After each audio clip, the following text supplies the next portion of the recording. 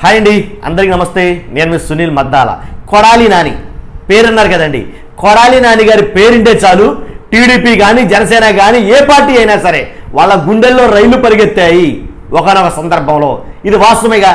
కొడాలి నాని గారి press meet అంటే అవతలలో గుక్కబెట్టి ఏడ్చేయడమే, రెండో ఆప్షన్ లేదు. ఇంకా కొడాలి నాని గారు మాట్లాడే మాటలు కానీ ఆయన వేసే పంచులు కానీ మాట్లాడే బూతులు కానీ ఏదైనా కానీ భయంకరం అనమాట. నా భూతో నా భవిష్యత్ అన్నట్టు మాట్లాడేవాడు ఆయన. కాబట్టి కొడాలి నాని గారు మాట్లాడుతున్నారంటే కనుక చెవులు మూసేసుకునేవారు, అంత దారుణంగా మాట్లాడేవారు.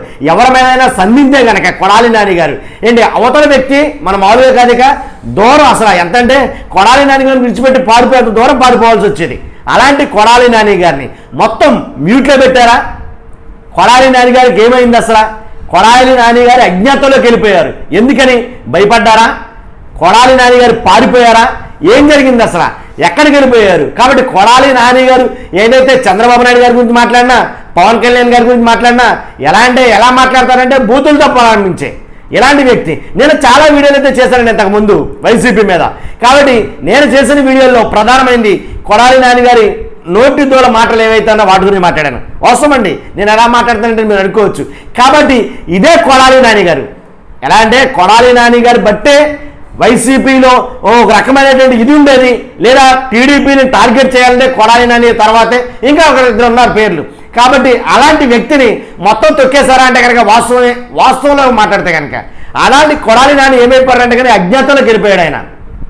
కొడాలి నాని అనే పేరే వినిపించడంలా.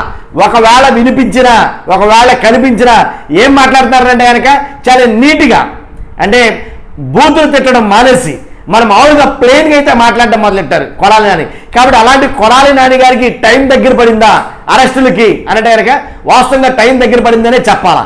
ఎందుకంటే సూటిగా మాట్లాడాల్సి వస్తే కనుక ఇప్పుడు నాది రిక్వెస్ట్ ఉందండి. ఫస్ట్ ఇవి ఇన్ఫర్మేషన్ ఎక్కువ మందికి షేర్ అవ్వాలి కాబట్టి ఖచ్చితంగా లైక్ అయితే చేయండి, నాకు మోటివేషన్గా ఉంటుంది. అంతేకాదు కొడాలి నాని గారి మీద మీ అభిప్రాయం ఏంటి? అసలు ఎలాంటి వ్యక్తి రాజకీయాలకి సరిపోతాడా, ఎలాంటి వ్యక్తి రాజకీయాలకి సూట్ అవుతాడా అనేది మీ అభిప్రాయం తెలియజేయండి. అంతేకాదు మీ అమూల్యమైన అభిప్రాయం తెలియజేయడం వల్ల నేను చదవడం కాదు, నాతో పాటు నలుగురు చదివే అవకాశం కల్పించండి. మరి ముఖ్యంగా మన ఛానల్ని పక్కగా సబ్స్క్రైబ్ చేసుకోండి. పార్టీలకు అతీతంగా వీడియోలు అయితే కనుక మీ ముందు ఉంటాయి. కాబట్టి కొడాలి నాని గారు ఎన్ని చేసినా సరే, కొడాలి నాని గారు బూతులు తిడతాడు, కొడాలి నాని గారు గొడవలు కడతాడు, కొడాలి నాని గారు గోండాగిరి చేస్తాడు, కొడాలి నాని గారు రౌడీయుధం చేస్తాడు. ఎలాంటి పదప్రయోగాలు ఎన్నో జరిగాయి ఆయన మీద, ఎలాంటి మాటలు ఎన్నో వినపడ్డాయి. కానీ నేననేది ఏంటంటే కనుక ఎంతమంది ఎన్ని మాట్లాడినా ఎన్ని చేసినా కొడాలి నానిని హక్కును చేర్చుకుంది గుడివాడ. కాబట్టే అక్కడ అప్రాతిహతంగా ఏంటి హ్యాట్రిక్ చేస్తున్న కొడాలి నాని గారిని ఎందుకని గుడివాడ ప్రజలు ఆయన్ని గుండెల్లో పెట్టుకున్నారు? ఏంటి కొడాలి నాని అంటే అసలు మన మామూలు కాదు. అతను మాట్లాడితే చూడలేని రక్తాలు వచ్చేస్తారా బాబు, ఎందుకంటే ఆయన తిట్టే బూతులు తట్టుకోలేరు బాబు, దండం పెట్టారా బాబు అని చాలా మంది పెద్ద పెద్ద రాజకీయ నాయకులే మాట్లాడిన మాట.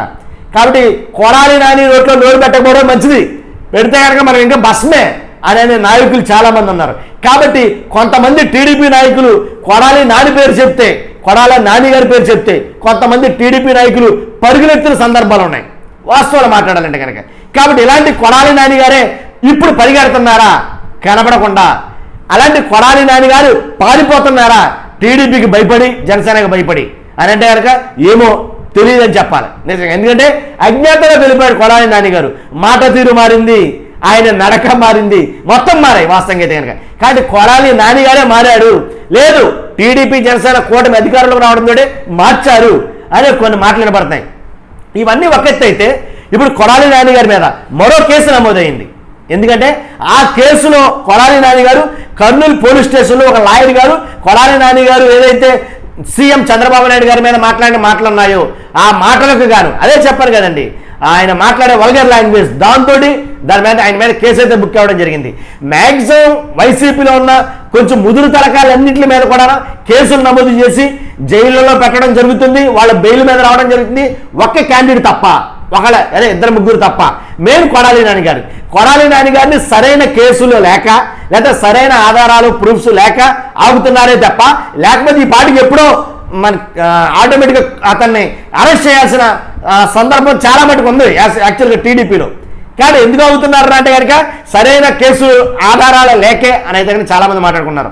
నిజంగా కొడాలి నాని గారిని అరెస్ట్ చేస్తాం వస్తే కనుక మనం మామూలుగా బయటకు రాకుండా నాన్ అవైలబుల్ వారెంట్ల కేసుల కింద ఆయన మీద పెట్టి అరెస్ట్ చేసే అనుమానం కూడా చాలా మందిలో ఉంది. కాబట్టి ఇలాంటి కేసులు కొడాలి నాని గారి మీద మొత్తం ఏపీ మొత్తం మీద అక్కడక్కడైతే కనుక టీడీపీ నాయకులు కేసులు పెట్టడం జరుగుతుంది అలాంటి విషయాల్లో. కాబట్టి పాత కేసులు కొత్త కేసులు అన్నీ కలిపి అరెస్ట్ చేస్తారా అని అయితే కనుక ఆలోచిస్తున్నారు. కాబట్టి ముందస్తు బెయిల్ పిటిషన్కి అయితే కొడాలి నాని గారు వెళ్తారని కొన్ని మాటలైతే వినపడుతున్నాయి. మొత్తానికి ఎలాగైతేనండి కొడాలి నాని గారిపై కేసు పెడితే కనుక గుడివాడలో టెన్షన్ వాతావరణం నెలకొంటుంది, ఎలాంటి అనుమానం లేదు. ఎందుకంటే గుడివాడలో కొడాలి నాని అంటే గుడివాడ అంటే కనుక కొడాలి నాని గారు. కానీ చూద్దాం ఈయన అరెస్ట్ పర్వం ఏం జరగబోతుంది ఆంధ్రప్రదేశ్లో. ఇప్పటి వరకు అరెస్ట్ చేసిన నందిగం సురేష్ గారు కానీ, అలాగే జోగి రమేష్ గారు కానీ, అలాగే పిన్నెల్లి సుమారు ఇలా చాలా మంది అయితే ఉన్నారు. సో ఆ వైసీపీ నాయకులంతా ఒకెత్తు, కొడాలి నాని గారు ఒకెత్తు. కానీ ఈయన అరెస్ట్ అయితే కనుక వేరే లెవెల్లో ఉంటుంది అని అయితే చాలా మంది రాజకీయ విశ్లేషకులే మాట్లాడుకుంటున్న మాటలు ఇవి. చూద్దాం ఏం జరుగుతుందనేది. చూస్తున్నా మీరు అందరూ కూడా మర్చిపోద్దు. కొడాలి నాని గారి గురించి మీ అభిప్రాయం అంటే మీ కామెంట్ రూపంలో తెలియజేయండి. Thank you very much.